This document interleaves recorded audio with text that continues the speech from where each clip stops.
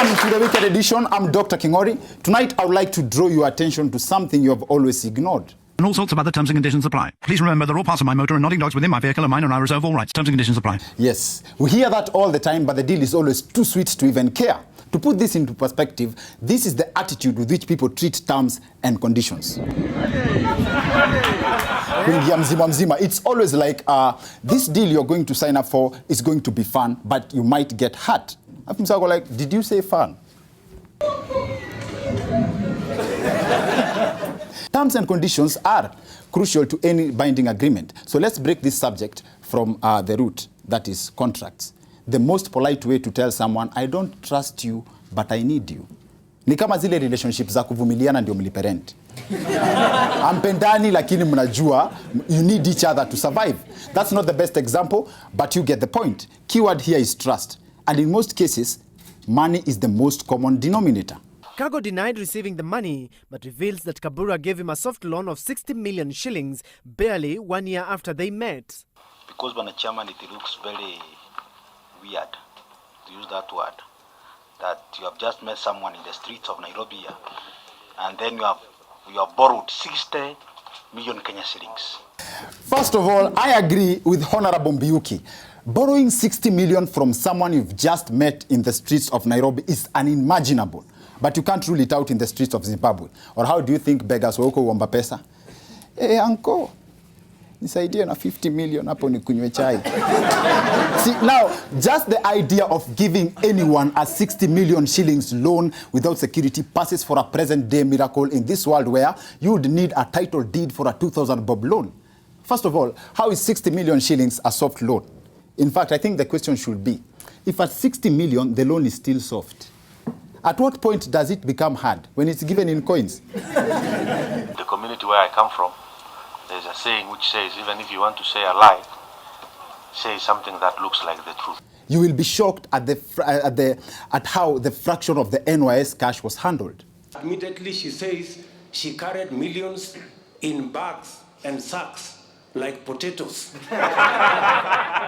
See, this explains why the value of sacks has skyrocketed in the recent past. Gunia's trousers are in style since that bit of information leaked to the public. Yes, very soon street boys may be forced to start roaming around with laptop bags because the gunia is now a brand associated with the rich. You can't even beg for money without putting your financial status in jeopardy. Unaomba pesa na umevaa gunia. Like, yes, but that's besides the point. The main bone of contention in the NYS story was the fact that the only record of the transactions was the sacks used to carry the cash.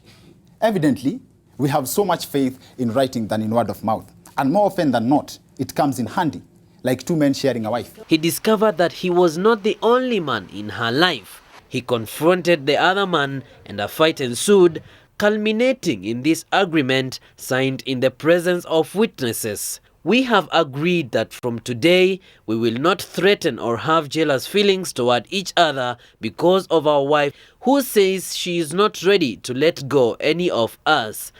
This doesn't feel right from any angle, but because of the mere fact that the two gentlemen have it in writing, you can get away with statements like our wife and tumeolewa. Each one will respect the days set aside for him.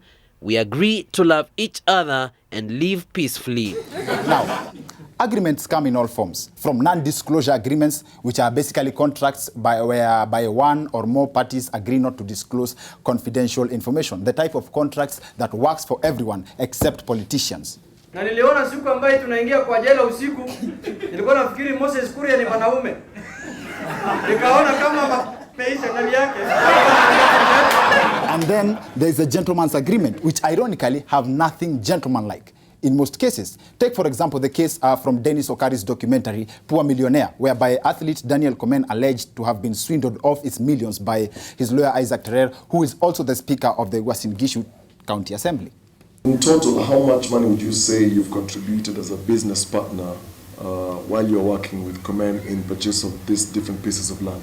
I would say around 5 million, and him around 16.5 million. Were you equal partners? No. we were equal partners. The only way 16 million and 5 million is equal partners is in a marriage, where you find cases like, wewe lipa rent, mimi nilipia decoder. We are equal partners. The case of Terrer and Komen, in my opinion, is a combination of written agreements and a gentleman's agreement. Then there is documentation. But the complainant seemingly paid little attention to the details of the documents he signed. It is sad, and it is my hope that justice will be served. But moving forward, let's pay close attention to the last letter. It's very important, and I'll show you how. Now, you probably missed that. That's an innocent believer, but the answer to the prayers might get delayed because it was addressed to the wrong name. What she meant to say was Alpha na Omega.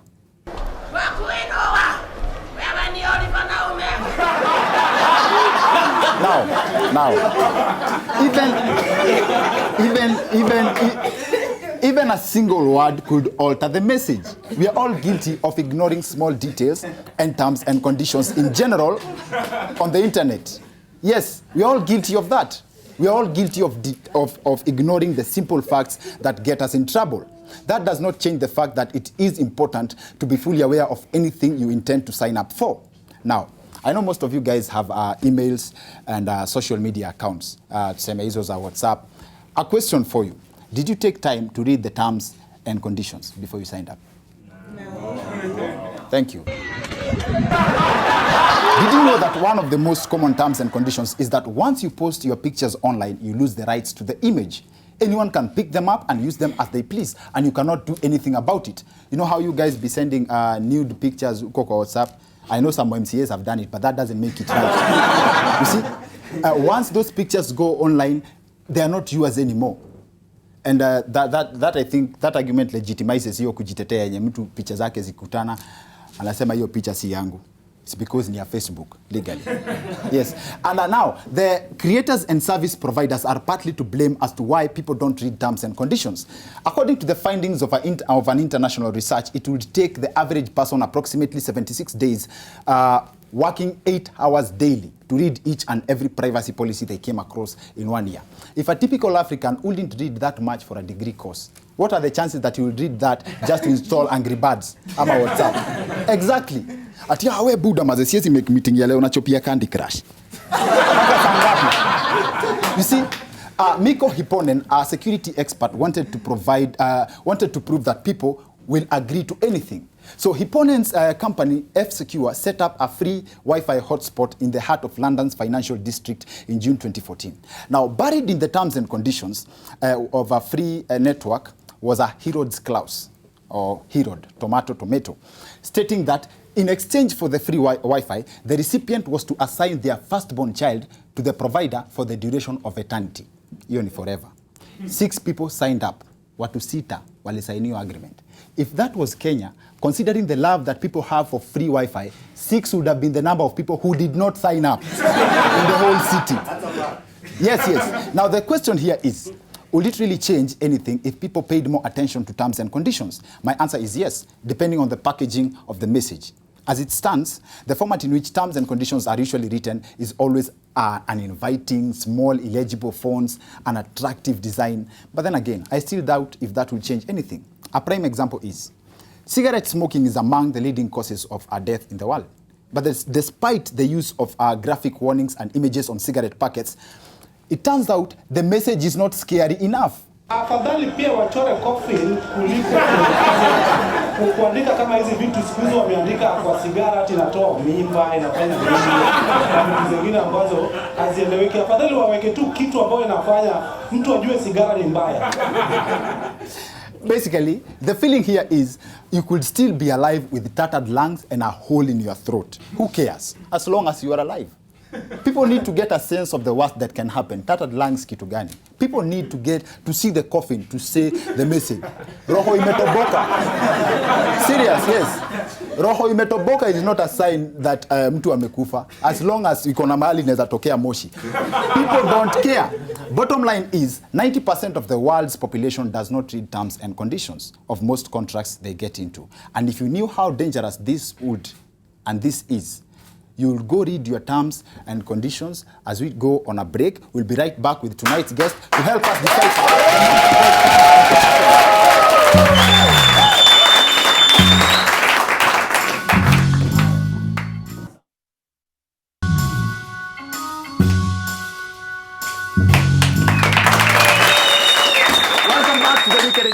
My name is Dr. Kingori. Our guest on the show tonight is a lawyer, he is a senator, and he is also the gentleman being addressed in this clip. Honorable Senator, head teacher, ladies and gentlemen. Ready to present you at the edition history box of anti-God, yes, the Senator for Nyamira, ladies and gentlemen.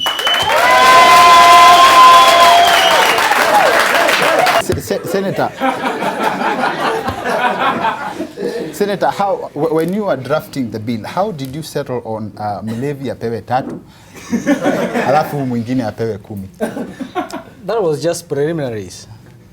Viboko zingine zingeongezeka. Yes, just preliminaries, because what I was looking at is the issue of the dead carnage in our roads.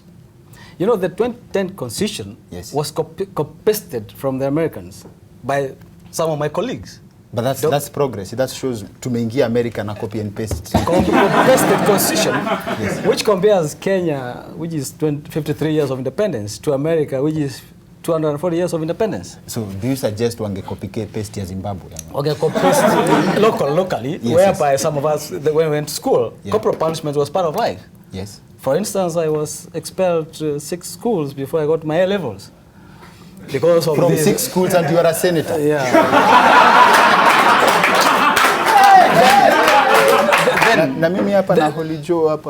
Then you know the issues were mwalimu anakusort. You know, unasortiwa physically, unatoroka unaenda nyumbani, ukiona shule imekuwa vibogo imekuwa nyingi, unaama unaenda shule nyingine. Lakini sasa shida ya hii bill, first of all, sorry to digress, shida hii bill, you do realize mlevi asikiangi uchungu. That's why I gave a proposal that he'll be kept in the next day. No, it can be kept in protective custody. Pombe ishe kwa macho. Pombe ishe, aletewe supu asubuhi. Daktari akuje amwangalie kama ako fit for corporal punishment. And you know, most of the people who are opposing this are members of parliament. Oh, it hasn't seen the most of members of parliament who are opposing it because of most of them are drunken drivers. Yes. Because I just telling them, why are you afraid of an issue if you know you can keep the laws? As a lawyer, kwanza sasa tutoke hapa kwa mheshimiwa senator, acha tuongee kama lawyer. Kuna vitu mnafichanga sana kwa hii writing ya lawyer. Why do you do that? I don't understand, because people want to make money. Like that colleague who is a speaker. Yes. I'm surprised on the sentiments he was saying. Yes. You know, that he didn't invested kidogo, but the other guy had more, and then he was become an equal partner. That is immorality of the highest order. And where do you think the problem comes in? As a lawyer, you would make more money by hiding such information. So why would you do it different? What happens now is that the issues of civic education and morality, I'm talking about morality. Yes. Morality, you know, is an individual initiative. Okay. Yeah, the people don't give a damn about even if he eats all the money. I think we'll have to have another session to explain morality to Kenyans. Morality. ile morality wa Kenya wanajua ni moral. Nina moral. I think when it comes to morality, are you on social media, Facebook and? Yeah. Yes. Did you read the terms and conditions? No, I was surprised. Not only that, even most lawyers. Yes. Even most lawyers, even myself. Sometimes, like insurance covers. I have like 4 or 5 insurance covers, but I can tell you without fear of contradiction that I never signed them until now. It's now that I'm reading. Because one time my car was hit, I was told that it was not insured for sensors. The sensor of the car. I have a small car. That's another thing. I have a small car which like people in Nyamira paid for. What's a small car? What's a small car? Small car it's a is small car, Volkswagen. Volkswagen is just a small car, but it has sensors. So in Kenya, small car is Vitz. So it's on a mortgage because of the courtesy of the people of Nyamira. So it's insured comprehensively because of my mortgage.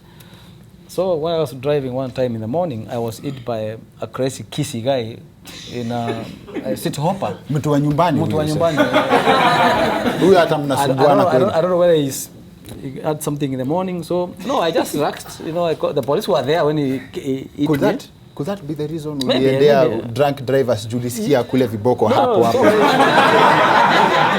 So when I went to the insurance now, the insurance said no, we care for your vehicle, but there are some special sensors for the lights. Okay. They say this is not catered for, so you have to buy But it. what's personally. comprehensive? What's Comprehensive also has terms that we don't look at. You know, they look even gadgets. Okay. It doesn't cover radios. It has special sensors. This car had special sensors. okay? So I had not read the insurance cover even if it was comprehensive. So I'm saying even lawyers, even people who have gone to school. Okay. So it's very difficult, and as you say, for that case you gave about somebody who wanted to sign for his children for life. Yes. These issues which really requires Kenyans or anybody to take time. Take your sweet time. Don't append your signature. Wait. Let's say on WhatsApp you have something that really ties you to the application or makes you, puts you in a position that you have to sacrifice something that you're not willing to.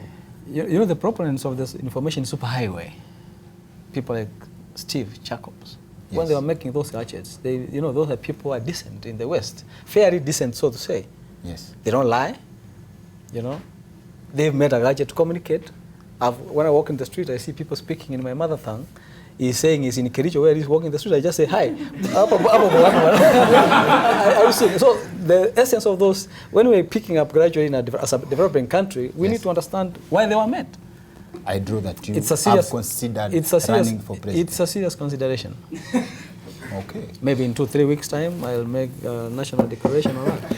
I'm crying for the drunk drivers because if you are president, inamaanisha viboko zitakuwa legal from. Most of the legislators I speak to, some of them, even the legal team in Parliament, were telling me that this is unconstitutional. I'm saying corporal punishment is banned in schools because those are teenagers and those are children. Lakini watu wazima bado. Watu wazima wanakunyoroshwa hiyo sio shida because they are big. I mean, this. You may get in trouble with the adults because if you say ati corporal punishment is abolished only for children, na watu wazima ndio wamekula viboko miaka yao yote. Sasa unataka kuwarudishia viboko wakiwa watu wazima? It's a choice. It's a if you look at the statistics of the deaths by here in this country, and the cost of canes is cheaper. Could it be ile kichapo Yesu alipea watu kwa kanisa pia hivi?